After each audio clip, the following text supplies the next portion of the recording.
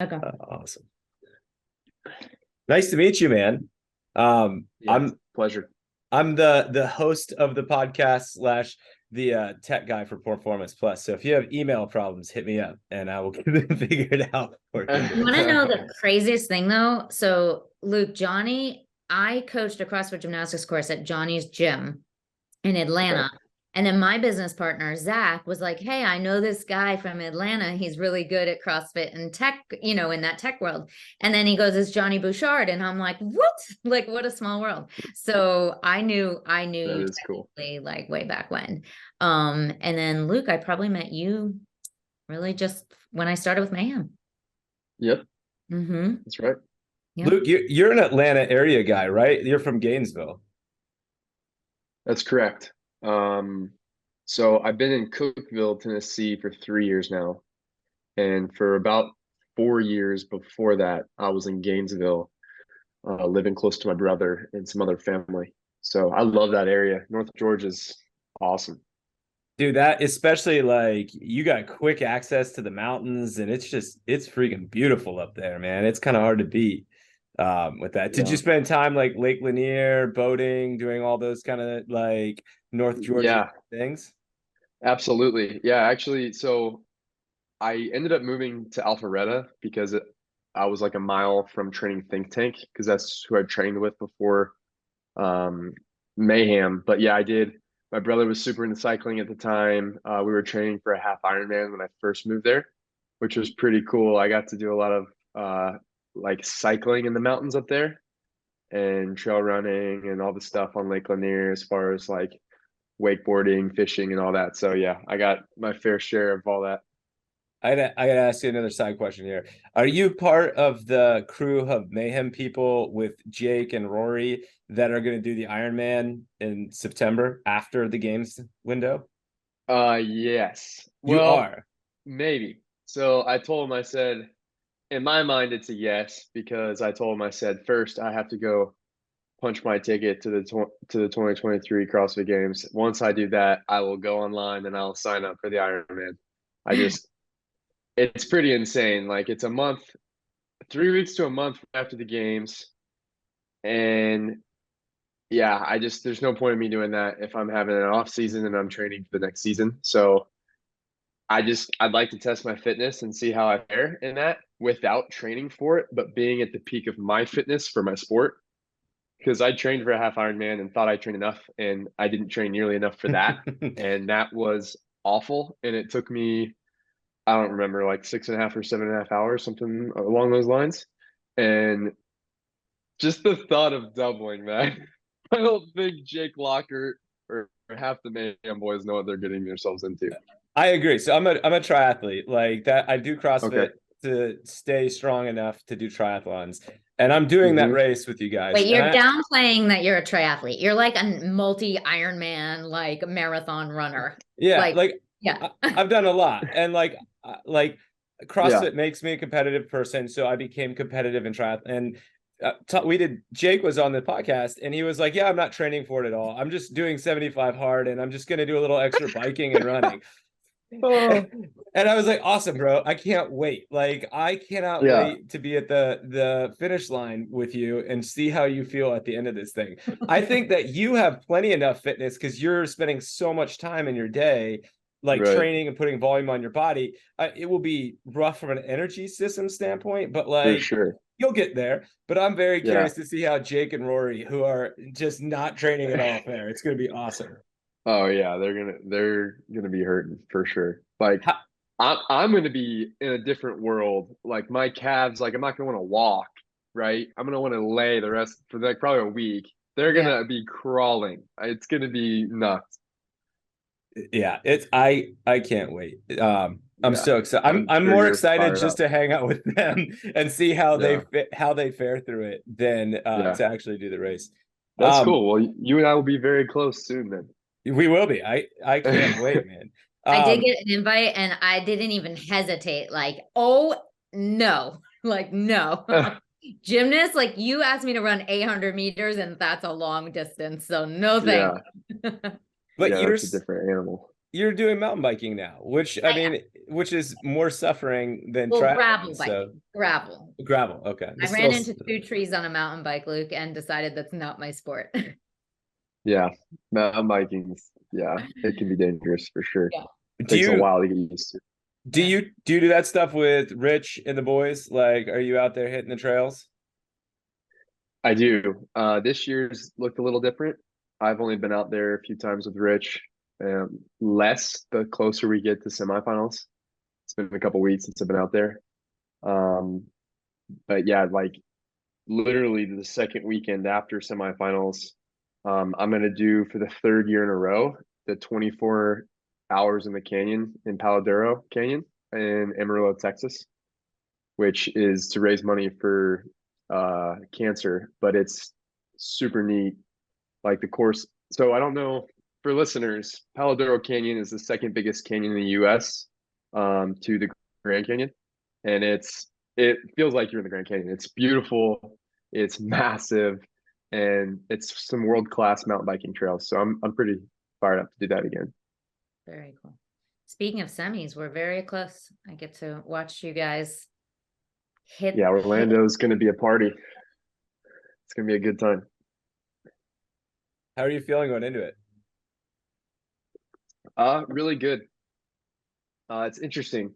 People ask me, "Hey man, are you nervous?" And yeah, I'm to the point in my life where it's pretty simple for me. It's like, man, the first thing that comes to my mind is Proverbs 21:31, and it's a simple verse. It's the horse is made ready for the day of battle, but the victory rests with the Lord. And I'm the fittest, strongest I've ever been in my life. And I'm super confident that I'm the horse that's been made ready for the day of battle. And at the end of the day, it's God's will, it's God's plan. Like I know that if God's will is for me to qualify, there's nothing anyone can do to step in the way of that. And I've done everything my body's let me do. So I'm just ready to go for the ride and have some fun. I'm feeling confident, I'm feeling ready. And yeah, I'm feeling very hopeful for sure. That's Well, awesome. I've been witness. I wanted to hop on this podcast because I've been witness to your hard work and dedication, and you are the most humble, hardworking soul. And I just really have enjoyed Thank you. watching you progress. But like any cue, like you're always like, help, what can I do better? And I just that mindset will take you very far in just everything you do. Just like always want to be always the student, like, and I feel the same way, right? Like I may be able to do Absolutely. this well, but I still can get better. And you take directions so well, and you're just such a fun athlete to work with. So I wanted to make sure everybody knew that. Thank you. I really appreciate that. Yeah, it's been a huge help, even if it's like, I don't know, training with riches, having literally 25 to 35 seconds of chatting with you about something like toast bar, simple hollow body, arch to hollow type drills and stuff. It's been wild to see. And I've been super grateful just to see like how far I've come in just gymnastic simple movements, just from like a couple coaching cues from you. And that's the thing too that makes, I guess, separates like great coaches from good coaches is being able to, like, you have a thought or an idea, or maybe if it's a certain word, right? A coaching cue that maybe the athlete needs to hear a different word, or maybe be shown visually. That's obviously something you're good at since you're great at gymnastics, but like being able to change the language to the athlete. I feel like that's something that was really unique about you is like I've worked with many gymnasts and heard simple terms and stuff, but I feel like your verbiage and language was always unique that I've never heard that clicked with me well. So Thank you. just to give you a little We're not here to talk about me. We're talking about you. But thank you. Thank you. Yeah, that's always been cool experience, but absolutely. All right, Yeah. I was gonna ask, since I wasn't there to see it, Luke, what do you think your biggest weakness from a gymnastics standpoint was? And like you've come in hard and fast to CrossFit for baseball. So you've got, I'm assuming, had a steep learning curve. What do you think your biggest weakness was? And then Pamela, afterwards, what do you think Luke needed the most help with? Oh man, that's a really easy question. Pamela knows. Oh, that's why she's giggling. So like I'm a gorilla. I'm 5'11", but my wingspan's like 6'4" plus, which Whoa. means I have really long arms. And anything upside down, strict, is just it's a little harder for me. Not to mention I was a baseball player in college, and most of my career I had coaches my whole life telling me, "Hey, don't lift anything heavy over your head." That doesn't help, right? But I do have big shoulders. I'm a big dude, but really, I'm not just blaming my arm length, but that's been the hardest thing. I've gotten so much better at all of my gymnastic movements, but anything upside down that's strict is for sure. It's been the slower process, and it's definitely improved dramatically. Yes, improved tremendously. Yep. What, without giving all the secrets away, P, what were the things, what were the drills and skills that Luke had to use to improve? We signed a document that none of these secrets will be given away to any other Oh, athlete. Come on, come on. I love that. No, it's really understanding how to continue tension as you are moving upside down through space. And that's a very, very hard thing to do because right side up is upside down. And so we're very confused. It's like if you were to bottom out of a front squat, right? If you lose tension with a heavy barbell squatting, it's like, now I'm coming from dead weight, right? Like I can't get back up.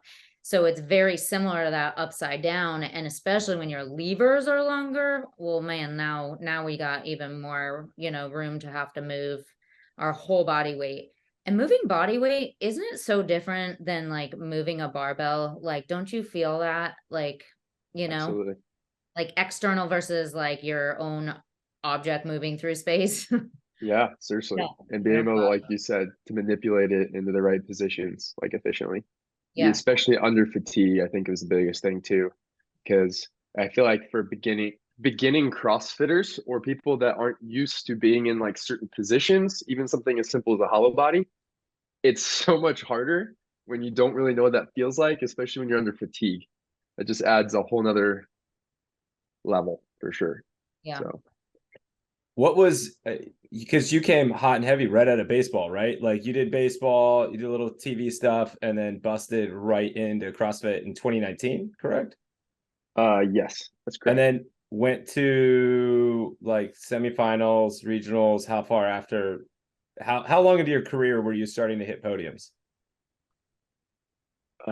Great question. I mean, like there was a few local comps, and if we're talking podiums, right? Like I mean, they all count, Luke, no right? one was there, but hey, it counts.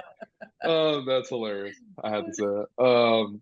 Yeah, I'm trying to think. So 2020 was a huge deal for me. So I was at Training Think Tank for a solid year and a half, and the Training Think Tank team asked me to be on the team. They were looking for another member, and that was a big deal to me. At the time, I was like, for sure, the least experienced and least fit on the team, which is always kind of fun because you're like, it's fun, but it sucks because you're kind of like, all right, I know I'm gonna be dragging the team, so I have to put like all my chips in, right? I have to give everything I have just to keep up, but at the same time, your team kind of carries you, which is kind of fun, depending on how you look at it, I guess. But anyway, I qualified.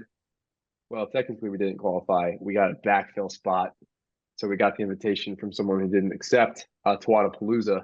That was like my big